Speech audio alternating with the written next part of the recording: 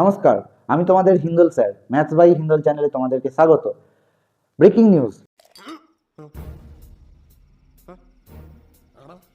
দীর্ঘ 1.5 বছরের প্রতীক্ষার অবসানের পর তোমাদের কেপি কনস্টেবলের একটা সম্ভাব্য ডেট আমাদের হাতে এসছে।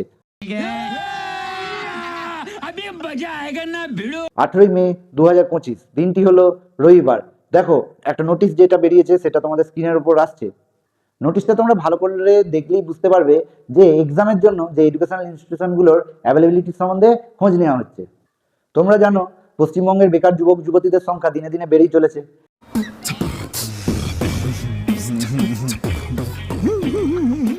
এসএসসি পরীক্ষা হচ্ছে না বললেই চলে, তার উপর যে ফুডের এক্সাম হচ্ছে তারও অবস্থা কীরকম সেটা তোমরা নিশ্চয়ই জানো।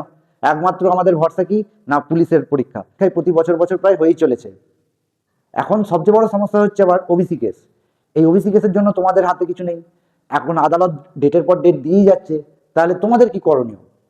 এখন একদিন না একদিন এই ওবিসি কেস মিটবেই, আর একদিন না একদিন পরীক্ষা হবেই। কিন্তু সবচেয়ে বড় প্রশ্ন হলো, এই যে পরীক্ষাটা হলে তুমি কি এক চান্সেই একটা সিট দখল করতে পারবে? তুমি কি প্রিলি পাস করে, মেন্স পাস করে নিজের নামটা মেরিট লিস্টে তুলতে পারবে? এখন সমস্ত এক্সামেরই 60% জায়গা জুড়ে আছে ম্যাথস আর রিজনিং। এই কেপি এক্সামের প্রিলিতে দেখো, ম্যাথসের জন্য আছে 30 নম্বর আর রিজনিং এর জন্য আছে 30 নম্বর। আচ্ছা, ঠিক আছে, समझ गया।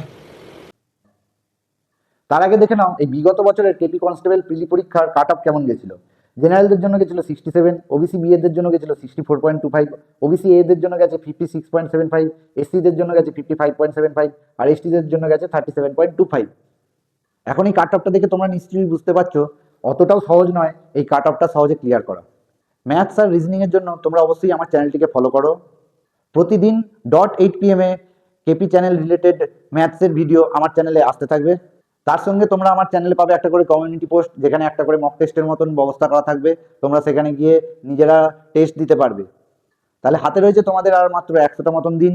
তাহলে এই 100টা দিনে তোমরা নিজেদেরকে তৈরি করো আমার সাথে। সবাইকে পরীক্ষার জন্য অগ্রিম শুভকামনা রইল। সবার পরীক্ষা যেন ভালো হয়।